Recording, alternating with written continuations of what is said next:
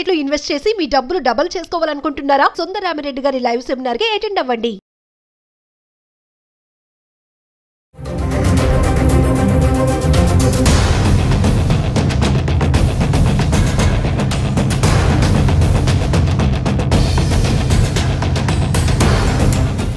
ఇది ఇండియన్ హిస్టరీలో the second most heinous crime లాగా మనం గమనించవచ్చు.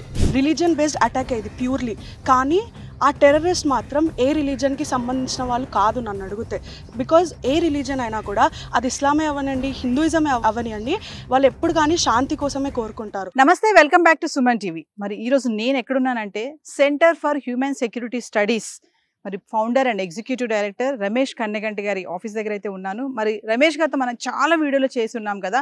ఈరోజు నేను ఇక్కడ కొంతమంది చూస్తున్నారు కదా నా వెనకాల రీసెర్చ్ ఇంటర్వ్యూస్ ఉన్నారు అంటే యువత ఉన్నారు. మరి వాళ్ళతో పెహల్గామ్ ఇన్సిడెంట్ మరి రేపో ఈరోజో మరి ఈ క్షణమే ఇండియా పాకిస్తాన్ వార్ అంటున్నారు. చాలా గందరగోళమైన పరిస్థితిలో ఉంది. మరి దీనిపైన యువత ఏం మాట్లాడతారు, వాళ్ళతో మాట్లాడడానికి నేను ఇంటరాక్ట్ అవ్వడానికి అయితే వచ్చేసాను. మరి ఇంకెందుకు ఆలస్యం, వాళ్ళతో ఇంటరాక్ట్ అవుదాం. Hello sir. నమస్తే అండి. సార్, మరి ఇండియా పాకిస్తాన్ పెహల్గామ్ దాడి జరిగింది కదా, మరి రేపో మాపు వార్ అంటున్నారు. చాలా ఇష్యూస్ చూస్తున్నాం. మరి ఒక్కసారి మీ దగ్గర ఉన్నటువంటి రీసెర్చ్ ఇంటర్వ్యూస్ తో కూడా ఇంటరాక్ట్ అవుదాం అనుకుంటున్నాను. మనం చాలా వీడియోలు చేసాం దీనిపైన. సో ఒకసారి నాకు మీ స్టూడెంట్స్ తోటి ఏంటి వాళ్ళు ఏమనుకుంటున్నారు అసలు ఇన్సిడెంట్ పైన.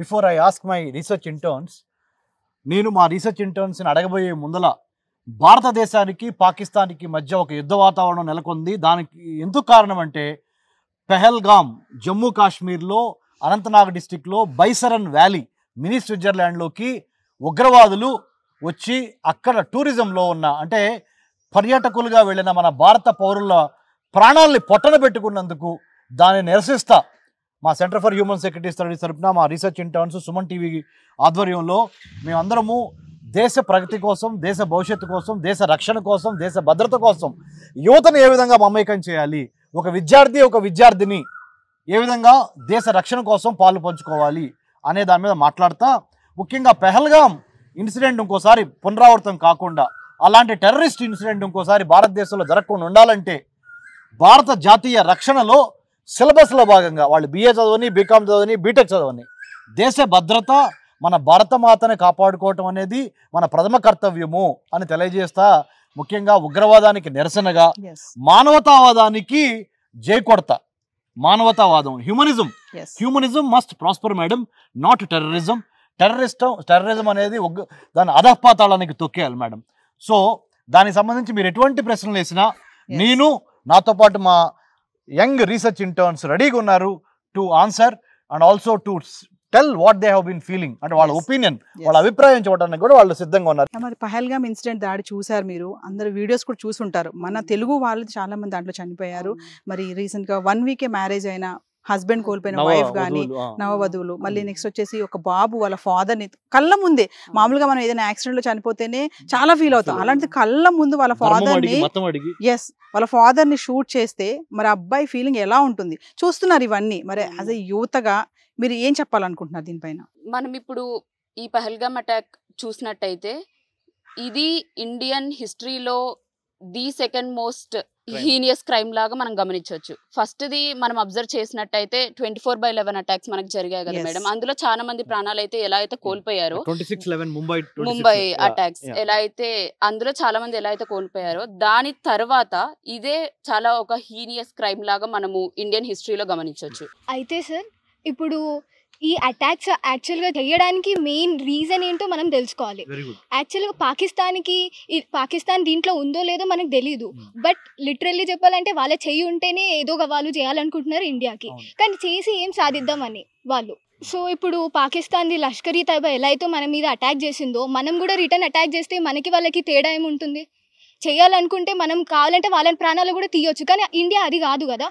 ఇండియా అనేది ఇట్ షుడ్ లైక్ ఇప్పుడు ఏదైతే ఇండస్ వాటర్ ట్రీటీ ఆపేసిందో అలా ఇండైరెక్ట్ గా చేస్తుంది. I feel it is correct. అంటే పాకిస్తాన్ కి సంబంధించి ఇప్పుడు చాలా వరకు ఆపేస్తామంటున్నారు వాణిజ్య సంబంధాలు కానీ ఇవన్నీ కూడా, ఎందుకంటే టెర్రరిజం జరిగింది కాబట్టి ఏదైతే చెక్ పోస్ట్ కూడా ఆపేస్తామంటున్నారు, వాటర్ వార్ అంటున్నారు. మరి ఇన్ని జరుగుతున్నాయి కదా, సో దీన్ని ఎలా చూడొచ్చు అంటారు? ఇప్పుడు ఇది ఏదైతే మన పథకంది ఉందో మన వాటర్ సప్లై కూడా ఆపేస్తామని చెప్పారు, కానీ అది అంత సాధ్యమైన పని కాదు. వాటర్ సప్లై ఇది ఎప్పుడో మనం 90s బ్యాక్లో మనకి ఇది ట్రీటీ సైన్ చేస్తారు, షిమ్లా ట్రీటీ సైన్ చేస్తారు. ఇప్పుడు వాటర్ సప్లై ఆపేదన్నా కూడా వెంటనే ఆపేయకుండా కాదు, దానికి వెనకాల ఉన్న ప్రాసెస్ చూస్తారు. దాన్ని ఎలా చేసి ఒక 10 to 5% వరకు మాత్రమే దీన్ని వాటర్ ట్రీటీని ఆపగలరు. ఇంకా అలాగే మనం ఎంతోమంది జవాన్లు కూడా ఇంకా మోస్ట్లీ టూరిజంని ఫోకస్ చేసి హిందువా ముస్లిమా అని అడిగి మరి షూట్ చేస్తున్నారు. దీని ఘటన మన ఇండియా హిస్టరీలో నిలిచిపోతుంది. ఎలా అంటే చంపడానికి వెళ్ళినప్పుడు వాళ్ళు దగ్గరికి వెళ్ళి నువ్వు హిందువా నువ్వు ముస్లిమా, ఇంకా చెప్పాలంటే బట్టలు కూడా తీసి కూడా చూసారంట. అంటే ఏంటి అసలు ఏం జరుగుతుంది అంటే హిందువా ముస్లిమా ఒక మనిషిని చంపడం అనేది ఎంతవరకు కరెక్ట్ అసలు? అంటే ఉగ్రవాదం అంటే అంత అలా ఉంటుందా? డెఫినెట్గా ఇది ఒక అబ్జర్వ్డ్ యాక్ట్ అండి. ఎలా అయితే మిగతా వాళ్ళు చెప్పారో, సార్ కూడా చెప్పారో, this is a situation which cannot be neglected. కానీ ఇప్పుడు ఐ థింక్ ఆ క్వశ్చన్ ఏమొస్తుందంటే ఇస్ ద వార్ ప్రాఫిటబుల్ అని చెప్పి. డెఫినెట్లీ మనకే ప్రాఫిటబుల్ ఉంటుంది, ఎందుకంటే we are a powerful country.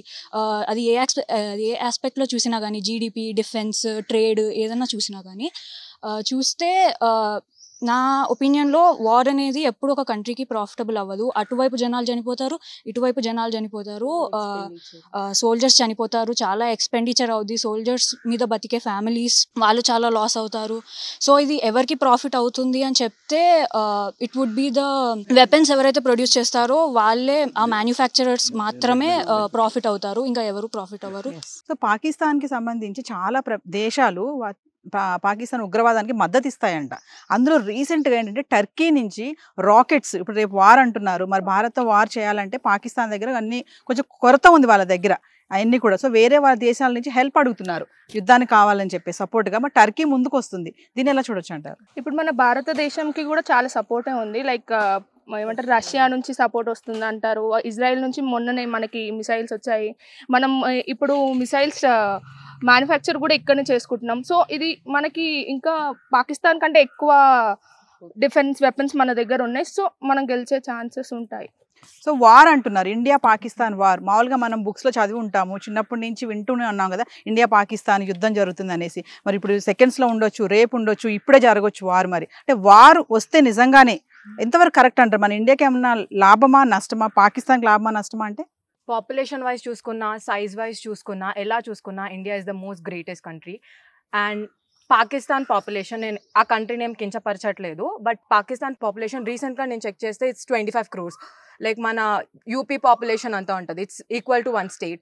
And మన దగ్గర ఉన్న డిఫెన్స్ కానీ, ఎయిర్, లేకపోతే ఏ రకంగా చూసుకున్నా వీఆర్ వెల్ వర్స్. మనకి the most biggest countries help చేస్తున్నాయి.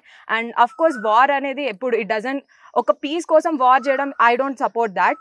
బట్ కూర్చొని మాట్లాడుకుంటే మంచిదే, కానీ కూర్చొని మాట్లాడుకునే మనుషులతో అయితే మనం మాట్లాడగలము, వాళ్ళు అలా మాట్లాడే వాళ్ళు కాదు. And we can say that వాళ్ళ డిఫెన్స్ మినిస్టరే with some in an interview with some UK or United States ఎక్కడో వాళ్ళతో ఇంటర్వ్యూలో ఆయన చెప్పారు that yes we are doing this nasty business from so long, like we are supporting terrorists అని చెప్పి అంత ఓపెన్ గా అగ్రీ చేసుకున్నప్పుడు, as me being a Hindu, of course నా బ్లడ్ అనేది బాయిల్ అవుతుంది. I feel like Modi is not gonna take it in a very like normal గా అయితే తీసుకోరు. అందుకే మనం ఇండస్ వ్యాలీ ట్రీటీని అయితే క్యాన్సిల్ చేసాము. I think it's sign of war అని నేను అనుకుంటున్నాను. సో ఒక ఉమెన్ గా నువ్వేం చెప్తావు? వార్ అంటున్నారు, యుద్ధం అంటున్నారు, మరి అంటే యుద్ధం జరిగితే ఎలా, మనకేంటి నష్టం ఏంటి? తను చెప్పారు మనం ఏమీ శాంతియుతంగా చేయము, వాళ్ళు ఏమీ శాంతంగా వచ్చి మనల్ని దాడి చేయలేదు, వాళ్ళకి తెలియదు వాళ్ళు చనిపోతారు ఆ రోజు అని. ఎందుకంటే కాశ్మీర్ అందాలు చూడడానికి వాళ్ళు వచ్చారు, కొత్తగా పెళ్ళైన జంట వచ్చారు, ఫ్యామిలీ ట్రిప్స్తో వచ్చారు, ఎప్పుడూ రాని వాళ్ళు కూడా వచ్చారంట ఫ్యామిలీ ట్రిప్స్కి. అమ్మాయి ఇంటర్ పాస్ అయిందని చెప్పి కూడా వచ్చారని చాలామంది చెప్తున్నారు. అంటే వాళ్ళ మాటలు విన్నప్పుడు చాలా బాధ అనిపిస్తుంది. తిని అన్నారు నా బ్లడ్ బాయిల్ అయిపోతుంది, ఐఎమ్ ఆల్సో హిందూ అని చెప్పారు. అంటే యువతగా ఇలాంటి సంఘటనలు, ఇలాంటి ఇన్సిడెంట్ జరిగినప్పుడు మీకు ఎలా అనిపిస్తుంది, మీరు ఎలా ఫీల్ అవుతూ ఉంటారు? సో యాజ్ అ యూత్ నేను ఏం యాక్షన్ తీసుకోవాలని అనుకుంటున్నానంటే, ఫస్ట్ అయితే ఇండియన్ సోల్జర్స్ చాలా పవర్ఫుల్ ఉన్నారు. సో ఈ వార్ ఏమవుతుంది అది జరగాలి, ఎందుకంటే పాకిస్తానీస్ వాళ్ళ నేటివ్ ఇండియా కాదు, కాశ్మీర్ మనదే, కాశ్మీర్కి హిస్టరీ మనదే. Okay, so no point of war should be from the Pakistan side. ఏమైనా జరుగుతుంది, అది వార్లో పాకిస్తాన్ ఓడిపోవాలి అండ్ మనం గెలవాలి. Indus water treaty very very very amazing thing taken by the Indian government. I support that very beautifully. And as a woman నేను ఏం చెప్తానంటే, ఉమెన్ చాలా చాలా చాలా పవర్ఫుల్ ఉంది ఈ సనాతన ధర్మంలో. Women is the most powerful human. So ఇప్పుడు వార్ జరిగితే కూడా ఉమెన్కి ఏం నష్టం కాదు, ఎందుకంటే ఉమెన్ ఇస్ వెరీ ఇండిపెండెంట్. ఇంకా వార్ జరిగితే కూడా ఉమెన్ చాలా సెల్ఫ్ డిపెండెంట్ ఉంది. ఇప్పుడు చాలా ఎఫర్ట్స్ పెడతారు ఉమెన్ ఒక ఇండిపెండెంట్ ఉమెన్ అవ్వడానికి. సో వార్ అయితే కూడా మనము we will come out with the guns to war with Pakistanis. They are never Indians, they were never Indians. So చాలా మంది ఏమంటారంటే హైదరాబాద్ లో కూడా పాకిస్తాన్ చాలా మంది ఉన్నారు, వాళ్ళకి అలర్ట్ ప్రకటించారు 27th లోపు అందరూ వెళ్ళిపోవాలని. 29th వరకు కూడా మెడికల్ వీసా పైన ఎవరైతే ఉన్నారో వాళ్ళందరూ కంప్లీట్ చేసుకొని వెళ్ళిపోవాలని. వాళ్ళు ఏమంటున్నారంటే మేము పాకిస్తాన్ వెళ్ళము, అక్కడికి వెళ్తే మమ్మల్ని చంపేస్తారు, మేము ఇక్కడే ఉంటాము, మేము చదువుకోవడానికి వచ్చాము, మా పాపకి ఆపరేషన్ కోసం వచ్చాము అని కొన్ని రీజన్స్ చెప్తున్నారు. వాళ్ళందరినీ ఇమీడియట్ గా వెళ్ళిపోవాలి, ఇక్కడ ఎవరు ఉండొద్దు, ఇంత పెద్ద ఘటన జరిగింది కాబట్టి. సో దీని ఇప్పుడు మీరు ఏం చెప్తారు, ఉండాలంటారా వెళ్ళిపోవాలంటారా? వాళ్ళని వెళ్ళిపోమని అనడానికి గవర్నమెంట్ కరెక్టే, బికాజ్ మనం ఆ అటాక్ని ఫేస్ చేసాం కాబట్టి. But at the same time ఇలాంటి వాళ్ళు చెప్పే explanations are a sign that టెర్రరిజంలో సిటిజన్స్ ఇన్వాల్వ్మెంట్ 100% ఉండదు. ఇప్పుడు పహల్గామ్లో జరిగిన అటాక్లో వాళ్ళు ఖచ్చితంగా ఎవరినైతే షూట్ చేశారో వాళ్ళ రిలీజియన్ అడిగే షూట్ చేశారు. రిలీజియన్ బేస్డ్ అటాక్ ఇది ప్యూర్లీ. కానీ ఆ టెర్రరిస్ట్ మాత్రం ఏ రిలీజన్కి సంబంధించిన వాళ్ళు కాదు నన్ను అడిగితే. బికాజ్ ఏ రిలీజన్ అయినా కూడా, అది ఇస్లామే అవనండి, హిందూయిజమే అవనియండి, వాళ్ళు ఎప్పుడు కానీ శాంతి కోసమే కోరుకుంటారు. నువ్వు ఎప్పుడైతే ఒక ఇన్నోసెంట్ మనిషిని చంపాలనుకున్నావో ఆ క్షణమే ఆ రిలీజియన్కి నీకు సంబంధం లేదు. అది చాలా మందికి తెలియదు. అండ్ టెర్రరిజం ఎంత నెగిటివ్ ఇంపాక్ట్స్ ఇస్తుందో తెలియడానికి ఆ టెర్రరిస్ట్కి మెయిన్గా ల్యాక్ అయ్యేది ఎడ్యుకేషన్. ఏ సిటిజన్ అయినా, పాకిస్తానీ సిటిజన్ అయినా, ఇండియన్ సిటిజన్ అయినా, ఇలాంటి వైలెన్స్ని చూస్ చేసుకునే ముందు వాళ్ళకి నాలెడ్జ్ ఉండాలి ఆ వైలెన్స్ చేస్తే ఏమవుతుంది అని, దాని ఆఫ్టర్ ఎఫెక్ట్స్ ఏంటి, దాని బిఫోర్ ఎఫెక్ట్స్ ఏంటి అని. ఇవి తెలియాలి అంటే ప్రతి ఒక్కరికి ఎడ్యుకేషన్ ఉండాలి, అది పాకిస్తానీ సిటిజన్ అయినా, ఇండియన్ సిటిజన్ అయినా కూడా. అండ్ ఇండియన్ గవర్నమెంట్ కూడా మన సెక్యూరిటీని ఆల్రెడీ స్ట్రాంగ్ ఉంది, దాన్ని ఇంకా స్ట్రాంగ్గా చేసుకోవాలి. సో దట్ అంత బ్రాడ్ డే లైట్లో వాళ్ళు ఎంటర్ అయ్యారు అంటే ఎక్కడో మనం కూడా ఒక 0.1% తగ్గాం కావచ్చు, చెప్పలేము. సో అది కూడా మనం స్ట్రెంగ్తన్ చేసుకోవాలి. అండ్ నన్ను అడిగితే వైలెన్స్కి ఎప్పుడు వైలెన్స్ ఆన్సర్గా ఉండొద్దు. ఎస్పెషల్లీ సనాతన ధర్మంని అంత నమ్మే భారతదేశం అయ్యుండి మనము ఇంకోరి వైలెన్స్తోనే సమాధానం చెప్తాము అనడం నాకు కరెక్ట్ అనిపించట్లేదు. మన దేశంలో చాలామంది బ్యూరోక్రాట్స్ ఉన్నారు, పాలసీ మేకర్స్ ఉన్నారు, అందరూ కూర్చొని పాకిస్తాన్లో కూడా గవర్నమెంట్లో టెర్రరిజం సపోర్ట్ చేసే వాళ్ళు ఉంటే ఫస్ట్ ఆఫ్ ఆల్ వాళ్ళని అక్కడి నుంచి తీసేసి బ్యూరోక్రటిక్గా ఆలోచించే వాళ్ళు గవర్నమెంట్లో పెట్టి వాళ్ళు కూర్చొని మాట్లాడుకుంటే జరుగుతుంది. బికాజ్ ఇప్పుడు మనం వార్ చేసి వైలెన్స్ చేస్తే వాళ్ళు మళ్ళీ ఇంకో టెర్రరిస్ట్ అటాక్ చేస్తే నష్టపోయేది మనమే. సో అలా ఉండాలి, అది నా ఒపీనియన్. సో ఈ దాడి ఏదైతే జరిగిందో దాంట్లో ఒక మెయిన్ పర్సన్ ఉన్నారు, ఆదిల్ అహ్మద్ తోకర్ అని చెప్పేసి. తను ఎడ్యుకేషన్ వీసా పైన అక్కడికి వచ్చి ఈ రోజు ఉగ్రవాదిగా చేంజ్ అయ్యాడు. అంటే ఎందుకు ఆ మైండ్ సెట్ అలాగా, ఒక మనిషి చంపడం, చదువుకోవడానికి వచ్చి అట్లా ఉగ్రవాదంగా టర్న్ అయిపోవడానికి ఎందుకు అట్లా అయ్యారంటే? ఎప్పుడు కానీ టెర్రరిస్ట్ అందరూ ఏ రిలీజన్కి సంబంధించిన వాళ్ళని కానీ వాళ్ళు రిలీజియన్ ఎక్స్ట్రీమిస్ట్లు ఉంటారు. వాళ్ళ మైండ్ని ఎంత మ్యానిపులేట్ చేస్తారంటే వాళ్ళకి ఆ రిలీజియన్లో ఉన్న గాడ్ తప్ప ఎవ్వరూ కనిపించరు. అది అవ్వకుండా చూసుకోవడం is every citizens responsibility, every families responsibility, every governments responsibility. ప్రతి ఒక్క గవర్నమెంట్ రెస్పాన్సిబిలిటీ తీసుకోవాలి. సిటిజన్స్ ఎవరి మీద ఇన్ఫ్లుయెన్స్ అవుతున్నారు, ఎవరి ద్వారా ఇన్ఫ్లుయెన్స్ అవుతున్నారని చూసుకోవాలి. ఒకవేళ ఇప్పుడు ఫర్ ఎగ్జాంపుల్ ఇండియా పాకిస్తాన్కి వారే జరిగింది అనుకోండి, ఎక్కువగా నష్టపోయేది పాకిస్తాన్ గవర్నమెంటే, పాకిస్తాన్ సిటిజన్సే. పాకిస్తాన్ గవర్నమెంట్కి దేశం మీద ఆ మాత్రం ప్రేమ లేదా? నువ్వు టెర్రరిజంని ప్రమోట్ చేస్తున్నావు, దాని ఆఫ్టర్ ఎఫెక్ట్స్ సహించే ధైర్యం, సహించే కేపబిలిటీ నీ దేశానికి ఉందని నేను చూసుకోవట్లేదు. ఆ మాత్రం కామన్ సెన్స్గా ఆలోచించాలి కదా గవర్నమెంట్ కూడా. Why are you supporting terrorism in the first place? Terrorism అనేది హిస్టరీలో ఎప్పుడు చూసినా కూడా టెర్రరిజం ప్రాక్టీస్ చేసే ఏ కంట్రీ కూడా ప్రాస్పర్ అవ్వలేదు. ఎప్పుడూ వాళ్ళు పెద్ద విజయాల్ని ఎప్పుడు దక్కించుకోలేదు. ఇండియా మనం ఎప్పుడు హిస్టరీలో చూసాము, మనం ఎప్పుడూ ఒక దేశం మీద మొదటిగా దాడి చేయలేదు, టెర్రరిజంకి ప్రాక్టీస్ చేయలేదు. అండ్ ఇప్పుడు మనము ఆ పాజిటివ్ ఎఫెక్ట్స్ మనకు కనబడుతున్నాయి. We are a growing country. Pakistan ఎక్కడుంది, మనం ఎక్కడున్నాం? చిన్న కంపారిజన్ చేసుకోండి. టెర్రరిజంని సపోర్ట్ చేసే కంట్రీ ఎలా ఉంది? పీస్ని, బ్యూరోక్రసీని, పాలసీ మేకింగ్ని, డెమోక్రటిక్ గవర్నమెంట్ని సపోర్ట్ చేసే కంట్రీ ఇండియా ఎలా ఉందో చూసుకోవాలి. అది ప్రతి ఒక్క సిటిజన్ నేర్చుకోవాలి. And violence is never an answer for violence, అదైతే అందరు నేర్చుకోవాలి. అందరు బాగా మాట్లాడారు. అంటే నాకు అర్థమవుతుంది, బ్లడ్ బాయిల్ అవుతుంది. ఎందుకంటే మన వాళ్ళు అక్కడ చనిపోయారు కాబట్టి సో ఇండియా పాకిస్తాన్ అంటే మనం అక్కడికి వెళ్ళి ఫైట్ చేయలేము, మనం అక్కడికి వెళ్ళి యుద్ధం చేయలేము, మన బార్డర్స్లో వెళ్ళి అక్కడ సెక్యూరిటీగా ఉండలేము వాళ్ళకి. అయినా సరే యాజ్ ఎ సిటిజన్గా, యాజ్ ఎ యూత్గా అంటే మనం అక్కడికి వెళ్ళి ఏం ఫైటింగ్ చేయలేము కాబట్టి మనం ప్రెజెంట్ ఉన్నటువంటి పరిస్థితిలో మనం ఏం చేయగలము, ఎలా సపోర్ట్ చేయగలం మన ఇండియాకి అంటే ఏం చెప్తారు ఫైనల్గా? సోషల్ మీడియాలో అన్న ఎలా అయినా అట్లా అందరినీ స్టూడెంట్స్ ఎడ్యుకేట్ చేయడం, అసలు ఏమవుతుంది, అసలు సిచ్యువేషన్ ఎలా ఉంది అనేది సోషల్ మీడియా అందరికీ స్ప్రెడ్ చేయడం అనేది it's as a citizen. Okay. So ఇప్పుడు మనము ఈ అటాక్ జరిగిన తర్వాత మనం యాజ్ ఎ ఇండివిజువల్గా లేదా భారత సిటిజన్గా మనము ఏం చేయాలి, మన స్టెప్ ఏంటి, ఇది అటాక్ జరిగిన దానికి మన ఐడియా ఎలా ఉండాలి, మన అప్రోచ్ ఎలా ఉండాలి అనేది మనం అబ్జర్వ్ చేసుకున్నట్టయితే ఫస్ట్ మనము ప్రతిదీ ఏదైనా ఇన్సిడెంట్ జరిగిన మేజర్ ఇన్సిడెంట్ చూసుకుంటే, మన కోల్కతా ఇన్సిడెంట్ అలా ఏమైనా జరిగినవి చూసుకుంటే, హ్యూమానిటీని డిస్టర్బ్ చేసే ఇన్సిడెంట్స్ చూసుకుంటే అందరు ఇండివిజువల్ సిటిజన్స్ ఫస్ట్ ర్యాలీస్ కానీ మళ్ళీ సోషల్ మీడియాలో పోస్ట్ చేయడం కానీ రీపోస్ట్ అవన్నీ చేస్తూ ఉంటారు. అవి ఎన్ని రోజులు జరుగుతున్నాయంటే ఒక నెల లేదా 2 నెలలు మాత్రమే జరుగుతున్నాయి. ఇవి 2 నెలలతో ఆగేవి కాదు. వాళ్ళు ఎలా అయితే కన్సిస్టెంట్గా మనల్ని అటాక్ చేయాలి, మన హ్యూమానిటీని ఎలా అయితే డిస్టర్బ్ చేస్తున్నారో మనం కూడా ఈ 2 నెలలు పెట్టేసి ఆ తర్వాత ఎవరు ఇండివిజువల్ లైఫ్లో వాళ్ళు బిజీ అయిపోతే దీనికి ఒక ఆన్సర్ రాదనేది నా ఫీలింగ్. సో అందుకోసమని మనము ప్రతిదీ ఒక ర్యాలీ చేసినా లేదా ఏదైనా ఒక మెసేజ్ ఓరియంటెడ్గా సెషన్స్ కండక్ట్ చేసినా లేదా గవర్నమెంట్ని ఏదైనా ప్రెషరైజ్ మనం ప్రెషర్ గ్రూప్స్ లాగా యాక్ట్ చేయాలనేది నా ఒపీనియన్. ఎందుకనంటే గవర్నమెంట్ ప్రెషర్ గ్రూప్స్కి చాలా మంచి రియాక్షన్స్ ఇస్తుందని నా ఫీలింగ్. ఎప్పుడు మనం ఒక ప్రెషర్ గ్రూప్స్ లాగా ఫామ్ అయిపోయి ఈ ఇన్సిడెంట్కి మన సపోర్ట్ అంటే లైక్ హ్యూమానిటీని పీస్ని స్ప్రెడ్ చేసేలాగా మన అప్రోచ్ ఉండాలి అనేది ఏదైనా ఒక ఇండివిజువల్ లెవెల్లో స్టార్ట్ అవ్వాలి అనేది నా ఫీలింగ్. సో ఫైనల్గా సార్ మీ స్టూడెంట్స్ చాలా అగ్రెసివ్గా మాట్లాడుతున్నారు. అంటే ఎలా ఉందంటే ఇంక వాళ్ళని ఇప్పుడు రెడీ వెళ్ళండి మీరు వెళ్ళి చేస్తారా ఫైట్ అంటే చేసేటట్టుగానే ఉన్నారు వీళ్ళందరూ కూడా. సో మీరేం చెప్తారు సార్ ఫైనల్గా? తప్పకుండానండి. ఆసేతు హిమాచలం కాశ్మీర్ నుంచి కన్యాకుమారి వరకు ఒకటే ఎజెండా, ఒకటే జెండా. మన జెండా జాతీయ జెండా, మువ్వెన్నెల జెండా. ఆసేతు హిమాచలం 15,000 కిలోమీటర్లు మన భారత భూ సరిహద్దుని పక్కనున్న Bangladesh, Pakistan, Afghanistan, China, Myanmar, Bhutan, Nepal plus మన వాటర్ బోర్డర్ విత్ శ్రీలంక, దాన్ని కాపాడుకుంటా మనము వాళ్ళతో సత్సంబంధాలు కొనసాగిస్తా ఎవరైతే తప్పు చేశారో ఎవరిని వదిలిపెట్టకుండా వాళ్ళని అధఃపాతాళానికి తొక్కే వరకు, ఉగ్రవాదాన్ని ఊరేసే వరకు మనము మన మానవతావాదము humanism must prevail over terrorism. Humanism must prevail over other forms of isms. That could be communalism, that could be casteism, that could be regionalism, that could be any other ism. They're all very, very inferior before humanism. What do you say? Yes, sir.